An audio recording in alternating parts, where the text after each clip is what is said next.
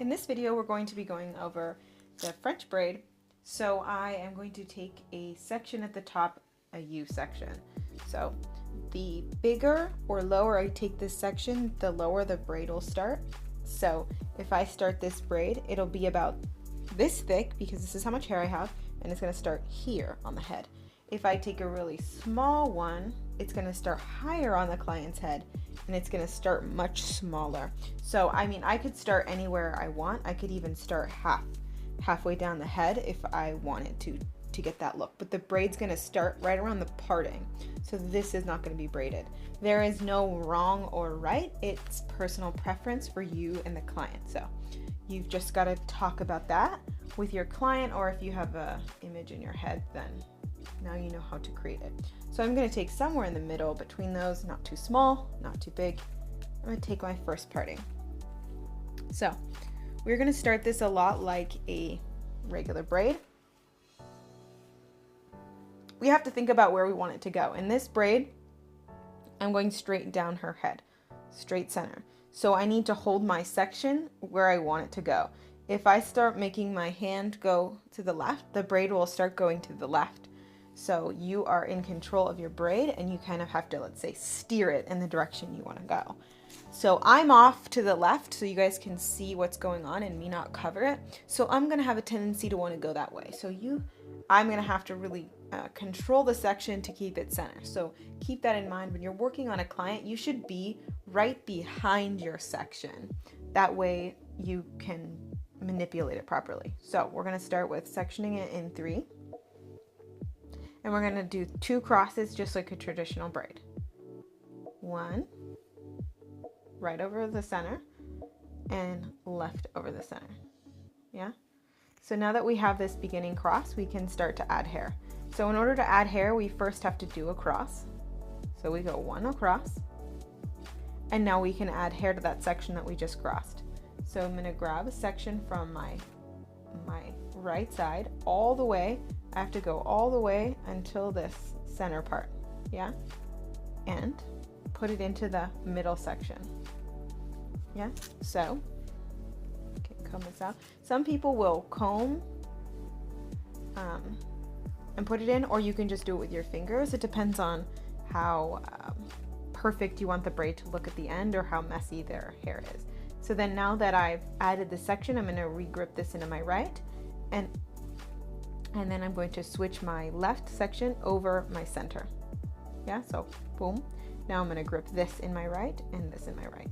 So now the whole braid is in my right hand. Now I'm going to do it on the left side, making sure this section goes all the way back to the center, and add it to my center section. Yes, so here I'm going to do it with my fingers so you can see I'm just kind of raking it to change its direction. It wants to go down, so I have to change its direction to go back. Then I can take my left section over here and flip.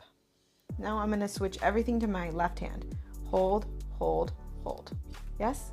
So we can see, if we can see any part lines, we can start to pull the hair down. So now we're on our right side. See that section here? That's signaling that you need to grab hair from your right side. So we are grabbing hair, adding it to our center, and combing it out. Smooth out the crazies. Grab this outside section and flip this side over. Yes? Now I have to grab everything in my right hand. Right, right, right. And section on the left. Got my section, add it to my center, and include it. Yes? So now I can grab this outside section with my left hand. So left section, left hand, flip it over. Yes? And then I need to grab everything with my left hand now. Left, left, left. So there's a few details I'm going to start adding because I feel like you've gotten the hang of this. If you need to rewind to really get the hang of it, you can. So remember how I said where your hand goes, the braid will start to go? The same thing happens when we either pull away from the head or we sit nice and close to the head. So if we want the braid to remain tight to the head, we have to keep our hand position low and in towards the head. If we want that kind of low, loose, really flexible moving braid, we can carry the braid away. But when we drop the braid and we're no longer braiding, it's going to have this extra space. Again, nothing wrong with that. You just have to know what you want. Tight braids, tight up against the head. Loose braids, away from the head. So as the head starts to round in, that's going to have to be something you keep in mind, because you either need the client to then tilt forward or you're going to have to tuck your hand closer into the neck. So let's progress. So we add our section, comb it out, grab the right, flip, grab them all. Yes? So I'm going to show you what I mean. So in this one, I'm going to keep it a little tighter to the head, not super tight, and then I'm going to do it again and I'll show you loose. So grabbing on the right, adding, grabbing that right section, flip, grab everything.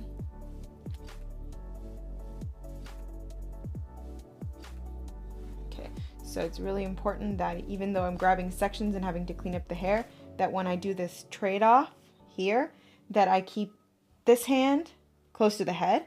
So when I flip, I now have it close. Yes? And then I grab my section.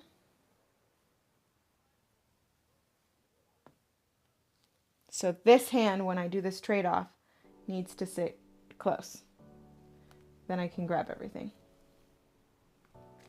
Yep.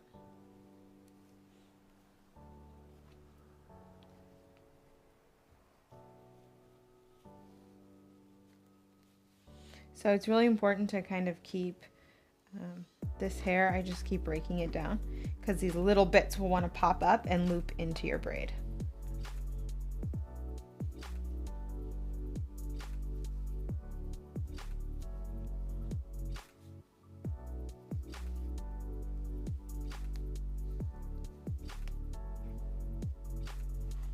And I'm coming up on my last section here.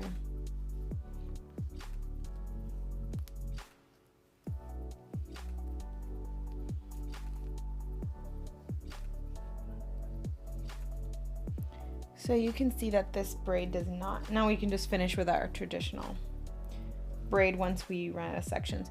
So you can see that this braid is pretty tight, it doesn't move that much. You could even do it tighter than this, but too tight and it starts to look like that athletic braid, so it just depends on the style that you want to create, whether you want that tight athletic look or you want the loose. So you can see that that braid didn't flex much because we were pretty close up to the head. We're going to be going over the French braid but loose, so it's going to start the same way as a tight one. The difference mainly is where we're holding the section as we're braiding. So instead of holding it really snug up to the scalp and then following the round of the head really snug, we're going to stay farther away so we have a lot of room.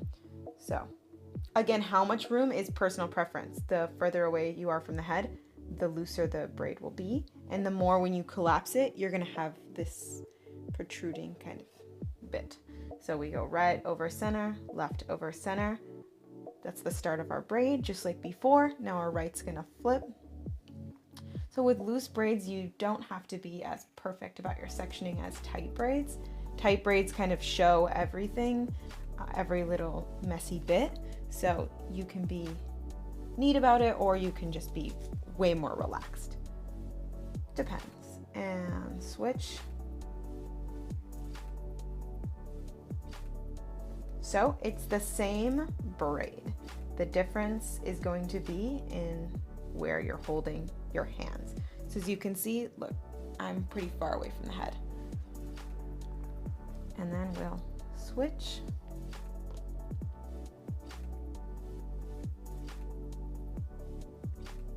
Clean that section up a little bit. And switch. Again, I'm still pretty far away from the head. Okay.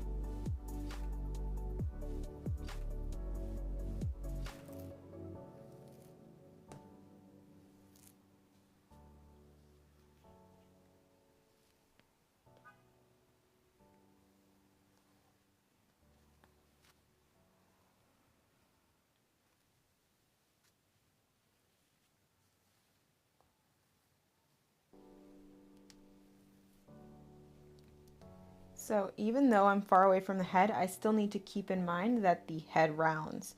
So if I want to keep the same amount of looseness, I still have to slightly round in with the head, or else it's going to get more loose as it goes down. So again, nothing's wrong in braiding. I always say the only thing that's wrong is when you created something you didn't mean to create. So you can do whatever you want as long as you're intentionally doing that.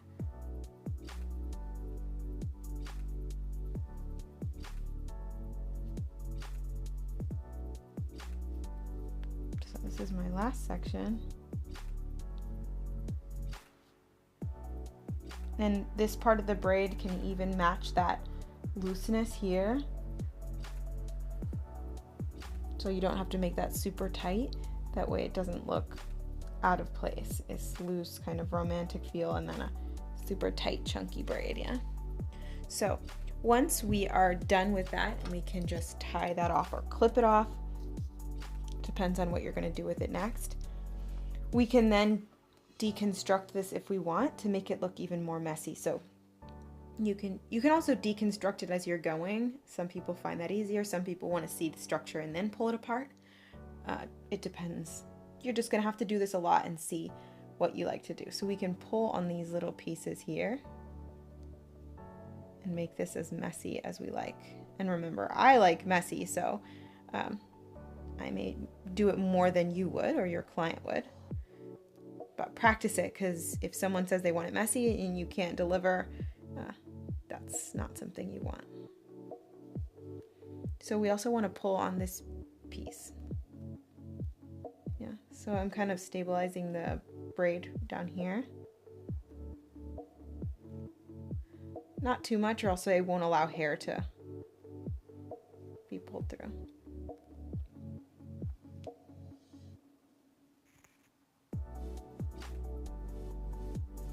Okay, so it's whatever you want. I typically will make the braid a little bit less messy up top and let it get messier.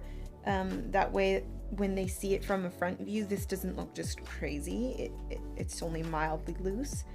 And then in the back, it has that romantic kind of chic look. But again, if this is for more of a photo shoot and not a client, and you really have free reign, then do obviously whatever you want.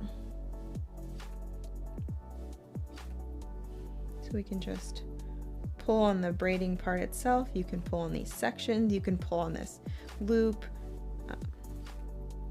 Experiment with your placement, how you pull it out, what it creates. You just want to develop your eye. Yeah, so